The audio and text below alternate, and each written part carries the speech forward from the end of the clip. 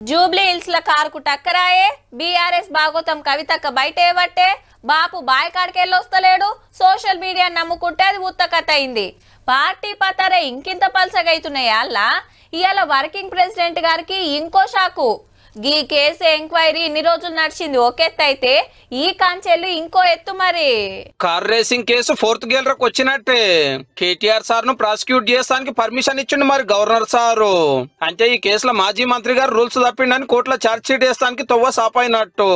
ACB enquiry ఎట్లా నడిచిందో కోర్టుకు చెప్పి అవసరమైతే అరెస్ట్ చేసే ఛాన్స్ కూడా ఉందటోళ్ళు. ప్రభుత్వ సొమ్ముని ప్రభుత్వ ఖజానా నుండి ఒక ప్రైవేట్ వ్యక్తి ఖజానాలోకి ట్రాన్స్ఫర్ చేసినారు.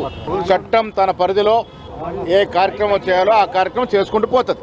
ఇంత కేసు ఏందంటే బీఆర్ఎస్ వడ్ల హైదరాబాద్ లో కార్ రేసింగ్ పోటీలు పెట్టాలని మాత్రం చేసిండు అప్పటి ముఖ్యమైన మంత్రి కేటీఆర్ సారు.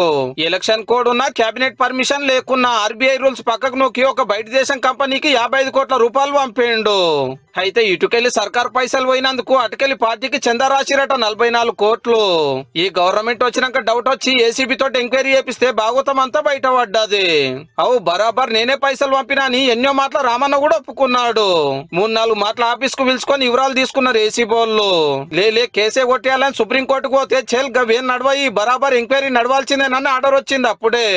అప్పటి HMDA commissioner Arvind engineer BLN Reddy గారిని క్వశ్చన్ చేస్తే మాదేముంది మంత్రి గారు ఎట్లా చెప్తే గట్లా చేసినాము అన్నారు ఇద్దరు కూడా. ఇక Arvind sir prosecution permission centre వాళ్ళ కాడ పెండింగ్ లో ఉంది. ఇది ఒక లొట పీస్ కేసు అరెస్ట్ చేసి చేసుకోండి జైల్లో యోగా చేసి సన్నగైతా అని ఎన్నో మాట్లాడినాడు. లొట పీస్ కేసు ఆ కేసు ఏం బిక్కుటో పిక్కుమని చెప్పిండు కదా, మా ఇంటికి బిక్కునే పరిస్థితి కూడా లేదు మీరు అని ఇప్పుడు కేసు కట్టినాం. మరి కేటీఆర్ గారు కూడా దీనికి సమాధానం చెప్పారు. ఇటువంటి కేసులకు భయపడమని పార్టీ వాళ్ళంతా ఖండిస్తున్నారు.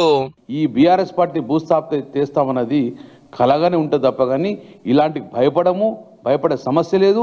బీఆర్ఎస్ వడ్లే మస్తు అవినీతి జరిగిందని నిన్నటిదాకా మాట్లాడిన కవితక్క మా అన్న మీద దొంగ కేసులు బనాయిస్తున్నారని ఇయ్యాలంటుంది.